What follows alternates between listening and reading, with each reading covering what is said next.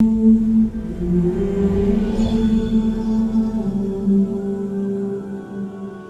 علیکم ورحمۃ اللہ وبرکاتہ۔ الحمد للہ وکفی وسلام علی عبادہ الذین اصطفی، اما بعد۔ رجب کے مہینہ میں اللہ تعالیٰ کے نبی کو اللہ تعالیٰ نے اپنے پاس بلایا، جس کو ہم معراج کہتے ہیں، شب معراج، لیلۃ المعراج، اور اس کے لیے اہتمام بھی کیا جاتا ہے، عبادات کا، خیرات کا۔ یہ اللہ تعالیٰ کی بہت بڑی قدرت میں سے ایک چھوٹا سا نمونہ تھا کہ 3 کپڑوں میں اٹھایا اور سارے خلا کے پردوں کو چاک کروا کے 7 آسمان کے دروازے کھلوا کر سدرۃ المنتہا پہ جبریل کی بھی بس ہو گئی کہ اس کے آگے اتنا بھی اوپر گیا تو جل کے راکھ ہو جاؤں گا، تو اس سے اوپر آپ تشریف لے گئے، اور پھر عرش خوشی سے جھوم اٹھا، اہتز عرش الرحمن، عرش خوشی سے یوں جھوم رہا تھا۔ خوشی میں انسان بے خود ہو کر جھومنے لگ جاتا ہے، تو اللہ کا عرش جھومنے لگا آپ کی آمد پر، اور پہلی ہستی ہیں جن کا قدم اللہ کے عرش پر پڑا، اور اللہ تعالیٰ اور اللہ کے محبوب کے درمیان جتنے نور کے پردے تھے اللہ نے سب ہٹا دیے، اور السلام علیک ایھا النبی ورحمۃ اللہ وبرکاتہ۔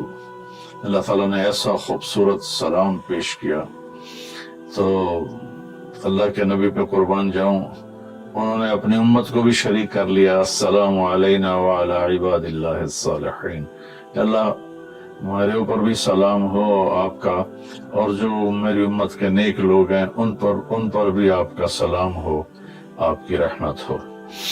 تو معراج کا واقعہ اسباب کے خلاف ایک انتہائی عجب اللہ کی قدرت ہے، اور اس میں ایک چھوٹی سی بات عرض کروں کہ جب آدمی پس جاتا ہے نا اور کہتا ہے متی نصر اللہ، یا اللہ تیری مدد کہاں ہے، تو پھر اللہ کی طرف سے جواب آتا ہے الا ان نصر اللہ قریب، بے شک میری مدد قریب آ رہی ہے۔ یہ واقعہ طائف کے بعد پیش آیا ہے، جب آپ بے بس ہو گئے تھے، پتھر کھا کے شدید زخمی ہوئے، پھر آپ مکہ تشریف لائے تو باہر ٹھہر گئے، اندر آنے کی آپ کی سکت نہیں تھی، اور آپ نے زید ابن حارثہ کو اخنس بن شریک کے پاس بھیجا کہ مجھے پناہ دو، میں مکے میں داخل ہونا چاہتا ہوں، تو اس نے انکار کر دیا، کہا میں نہیں پناہ دیتا۔ پھر اپنے سہیل ابن عمرو کو پیغام بھیجا کہ مجھے پناہ دو، اس نے بھی انکار کر دیا۔ پھر ایک اور عرب کے سردار تھے، ان کو پیغام بھیجا، خال بن صفوان بن امیہ کو پیغام بھیجا کہ مجھے پناہ دو، تو انہوں نے بھی انکار کر دیا۔ تو پھر آپ نے مطعم بن عدی کو پیغام بھیجا، ان کے بیٹے جبیر صحابی بنے، تو مطعم بن عدی کو پیغام بھیجا تو وہ اپنے بچوں کو لے کر باہر گیا، اور اللہ کے نبی کو اپنے بیٹوں کے ساتھ لے کر مکے میں انٹر ہوا، حرم شریف میں آ کے اعلان کیا آج کے بعد محمد بن عبداللہ صلی اللہ علیہ وسلم میری پناہ میں ہے، انہیں کوئی ٹچ نہیں کر سکتا۔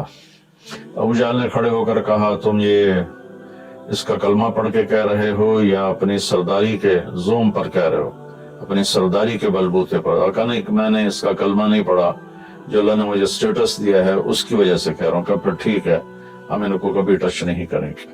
اس قدر حال سنگین ہو گیا تھا، اور کبھی آسمان کے فرشتے نہیں روئے سوائے 2 جگہ۔ ایک دفعہ جب ابراہیم علیہ السلام نے حضرت اسماعیل کو الٹا لٹایا اور چھری ہاتھ میں اور سر کے بال ہاتھ میں اس طرح، اور یوں آسمان کو دیکھ کے کہا یا اللہ تو مجھ سے ناراض ہو گیا کہ میرے دل میں اسماعیل کی محبت آ گئی ہے۔ اس پر آسمان کے فرشتے زار و قطار روئے تھے۔ اور ایک جب ہمارے نبی کو پتھر پڑے اور پڑھتے پڑھتے بے ہوش ہو کے گر گئے، اس وقت 7 آسمان کے فرشتے روئے تھے۔ اور پھر ملک الجبال حاضر ہوا، یا رسول اللہ اجازت ہو تو ان کو ایسے پیس کے سرما بنا کے رکھ دوں، ان اطبق علیہم الاخشبین۔ آپ نے کہا نہیں، لعل اللہ ان یخرج من اصلابہ من یوحد اللہ، نہیں، اللہ تعالیٰ ان کی نسل میں ایسے پیدا کرے گا جو اللہ کی توحید کو ماننے والے ہوں گے۔ اس تکلیف کے بعد یہ سفر ہوا کہ 27 رجب کو جبرائیل آئے، آسمان سج چکے ہیں، اور ہماری یعنی زبان میں یا ہمارے رواج میں کہ یا رسول اللہ استقبال کے لیے قطاریں لگ گئی ہیں، تو آپ ان کو لے کر گئے۔ آپ ام ہانی رضی اللہ عنہ، حضرت علی رضی اللہ عنہ کے گھر میں تھے آپ، تو وہاں سے حتیم میں لے گئے، آپ کا سینہ چیک کیا، دوسرے فرشتہ وہ پانی لایا زمزم کا، اس سے آپ کے سینے کو صاف کیا، پھر دل باہر نکالا، اس کو چیرا، اس سے صاف کیا، اور پھر دوبارہ دل کو رکھ دیا، سینے کو بند کر دیا۔ اب یہ سارا کچھ اپنے ہوش میں دیکھ رہے تھے۔ پھر وہاں سے براق پہ سوار ہوئے۔ براق گدھے سے بڑا قد، خچر سے چھوٹا قد والا ایک جانور تھا، جس پر آپ کو سوار کرایا گیا، اور وہ تھوڑا مستی کرنے لگا تو جبرائیل بولے تو یہ پتہ ہے تیرے اوپر کون سوار ہیں؟ تو اس کے ساتھ ہی وہ ایک دم سر نیچے کر گیا، اور پھر وہاں سے پرواز کی بیت المقدس، اور وہاں آپ نے 2 نفل پڑھے اور ان کو وہیں چھوڑ دیا، اس کو براق کو وہیں چھوڑ دیا۔ وہاں سے پھر سفر شروع ہوا اللہ کی طرف۔ اس سفر کو اللہ نے یوں بیان کیا، سبحان الذی اسری بعبدہ لیلا من المسجد الحرام الى المسجد الاقصى الذی بارکنا حولہ لنریہ من آیاتنا انہ هو السمیع العلیم۔ تو اس میں اہل علم کے لیے بڑا خوبصورت نقطہ بھی میرے ذہن میں ہے کہ یہ قرآن کی پہلی سورت ہے جو سبحان مصدر سے شروع ہو رہی ہے، سبحان الذی۔ پھر اس کو آگے لے جا کر اللہ تعالیٰ نے مصدر کے بعد فعل ماضی ہوتا ہے تو سبح للہ ما فی السماوات والارض کے ساتھ شروع کیا، تو مصدر آیا، ماضی آیا، ماضی کے بعد مضارع ہوتا ہے، فیوچر ہوتا ہے، مستقبل ہوتا ہے، تو یسبح للہ ما فی السماوات وما فی الارض الملک القدوس العزیز الحکیم۔ پھر اس کے بعد امر کا صیغہ ہوتا ہے تو سبح اسم ربک الاعلی الذی خلق فسوی۔ یہ قرآن کا اعجاز ہے، قرآن کی خوبصورتی ہے، قرآن کی بلاغت ہے۔ سبحان، سبح، یسبح، سبح۔ تو اللہ تعالیٰ نے پہلے اپنی پاکیزگی کو بیان کیا کہ جو کچھ کہنے والا ہوں میں سب کچھ کر سکتا ہوں، میرے لیے کوئی مشکل نہیں کہ میں اپنے بندے کو لے کر گیا۔ اللہ آنے جانے سے پاک ہے، لیکن با کا اضافہ یہ بتاتا ہے کہ اللہ تعالیٰ کہہ رہے تھے یوں ہی سمجھو کہ میں اپنے بندے کو خود لے کر گیا اوپر۔ آپ جبریل کے کندھوں پر، پروں پر سوار ہو کر نہیں گئے، آپ کا سفر الگ تھا، جبریل کا الگ تھا، یہاں تک کہ پہلے آسمان پر پہنچے تو دروازہ کھلا تو آدم علیہ السلام نے استقبال کیا، گلے لگایا۔ پھر اس سے اوپر گئے تو عیسیٰ علیہ السلام، یحییٰ علیہ السلام، زکریا علیہ السلام نے استقبال کیا، اور سارے آسمان کے فرشتوں نے استقبال کیا۔ پھر اس کے بعد تیسرے آسمان پر گئے تو یوسف علیہ السلام نے استقبال کیا اور سارے فرشتوں نے۔ پھر چوتھے آسمان پر گئے تو یونس علیہ السلام نے اور باقی سارے فرشتوں نے۔ تو پھر پانچویں آسمان پر گئے تو ہارون علیہ السلام اور آسمان کے فرشتے۔ پھر چھٹے آسمان پر گئے تو موسیٰ علیہ السلام اور موسیٰ علیہ السلام کے آسمان کے فرشتے۔ اس دن اللہ نے، میرا کہ میں نے پڑھا کہیں نہیں لیکن مجھے لگتا ہے کہ اس دن اللہ تعالیٰ نے سارے فرشتوں کی عبادت کی چھٹی کرا دی ہوگی اور فرمایا ہوگا بس میرے محبوب کا دیدار کرو، استقبال کرو، آج یہی تمہاری عبادت ہے، کیونکہ ہر فرشتہ بے قرار تھا کہ دیدار ہو جائے۔ پھر اب ساتویں آسمان پر گئے، وہاں ایک بیت اللہ تھا، وہاں ایک بزرگ سفید داڑھی والے یوں کر کے بیٹھے ہوئے تھے، یوں کر کے، اور لمبے ان کے بال تھے، لمبی داڑھی تھی، وہ نہیں اٹھے، وہ بیٹھے رہے۔ جب اب قریب آئے تو وہ کھڑے ہوئے اور کہا میرا بیٹا آ گیا۔ پہلے نبیوں نے کہا ہمارے بھائی آ گئے، ہمارے بھائی آ گئے، ہمارے نبی آ گئے۔ اس بزرگ نے کہا میرے بیٹے آ گئے، میرے بیٹے آ گئے۔ تو آپ نے جبریل سے پوچھا یہ کون بزرگ ہیں؟ تو انہوں نے فرمایا آپ کے دادا ابراہیم علیہ السلام ہیں۔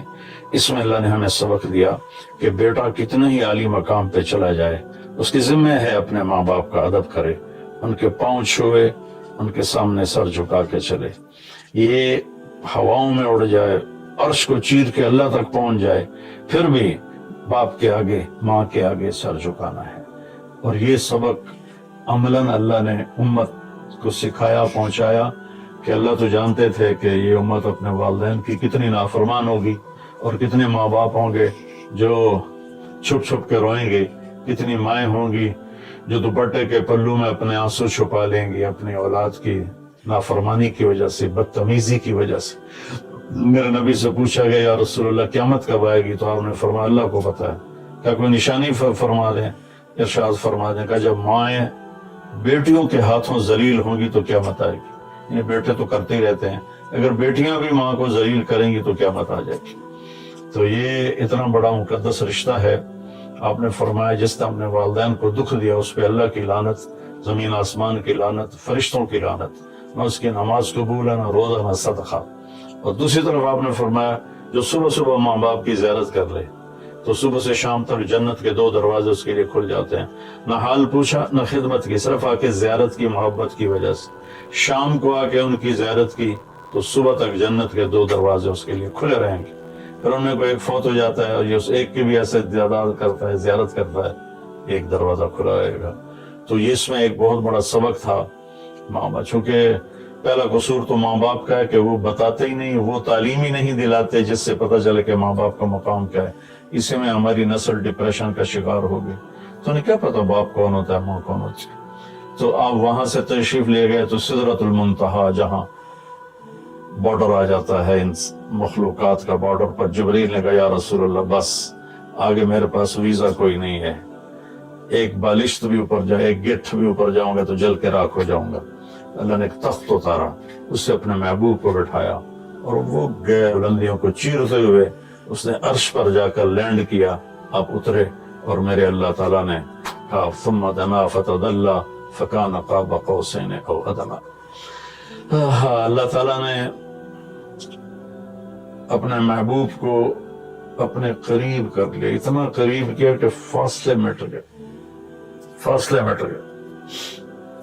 تو بھائیو پھر لمبا واقعہ ہے اور لوگ آج کل اتنا لمبا سنتے بھی نہیں ہے, تو میں صرف جانے کا بتا دیتا ہوں. واپسی کا بھی پورا ایک کہانی ہے. جنت دکھائی, جہنم دکھائی, جنتی دکھائے, جہنمی دکھائے, سارا کچھ دکھایا. سود خور دکھائے, بے نمازی دکھائے, نمازی دکھائے. آپ نے سب کو اپنی آنکھوں سے دیکھا. جہنم کو بھڑکتے دیکھا, جنت کو چمکتے دیکھا, جہنم کو دہکتے دیکھا اور جنت کو مہکتے دیکھا. یہ سب کچھ آپ نے اپنی آنکھوں سے دیکھا اور پھر آپ واپس تشریف لائے.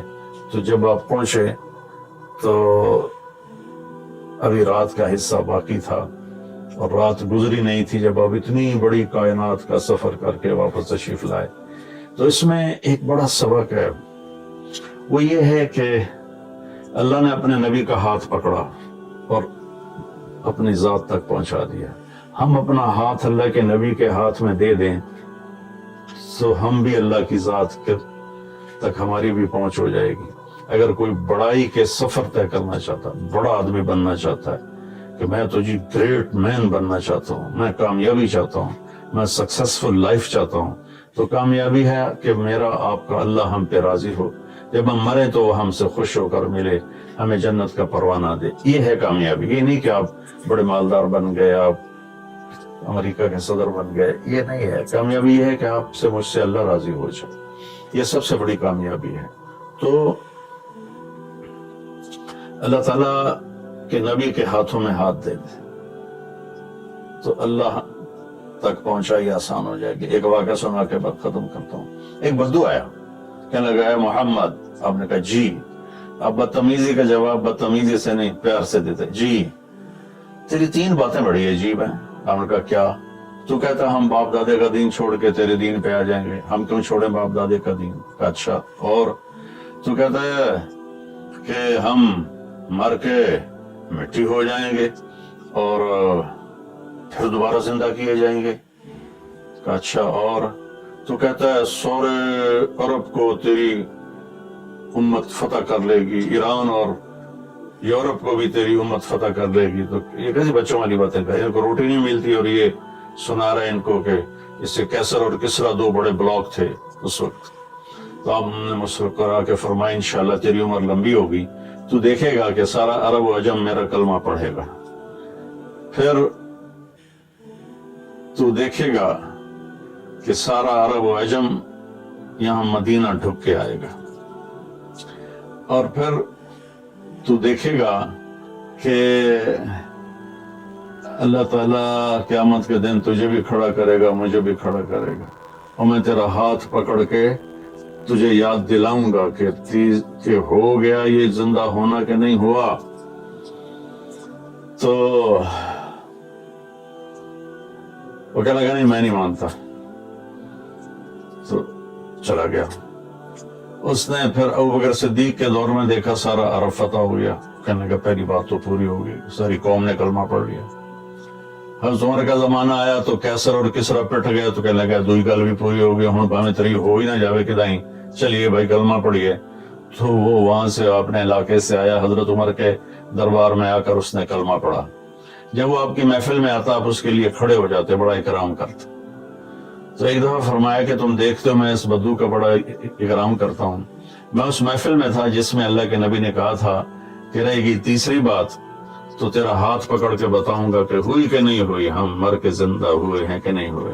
اور قیامت کا دن جس کا ہاتھ میرے نبی کے ہاتھ میں آ گیا وہ جنت میں پہنچانے سے پہلے کبھی نہیں چھوڑیں گے. تو یہ وہ شخص ہے جس کا ہاتھ میرے نبی نے پکڑا ہوا ہے، اس کو جنت تک پہنچا کے چھوڑیں گے. تو میرے عزیزوں، میرے بھائی بہنوں، بچوں بچیوں، ہم مختلف قسم کی نافرمانیوں کا شکار ہیں اور اس میں ہم لذت ڈھونڈتے پھر رہے ہیں اور فرسٹریشن کا شکار ہیں. ہماری نئی نسل نشوں پہ لگی ہوئی ہے. اللہ کے واسطے سب سے ہاتھ چھڑا کر اللہ کے نبی کو اپنا ہاتھ پکڑا دو، آپ کو یوں پکڑیں گے اور اللہ پاک سے جا کر ملا دیں گے، اور فرشتے بھی آپ پر رشک کریں گے.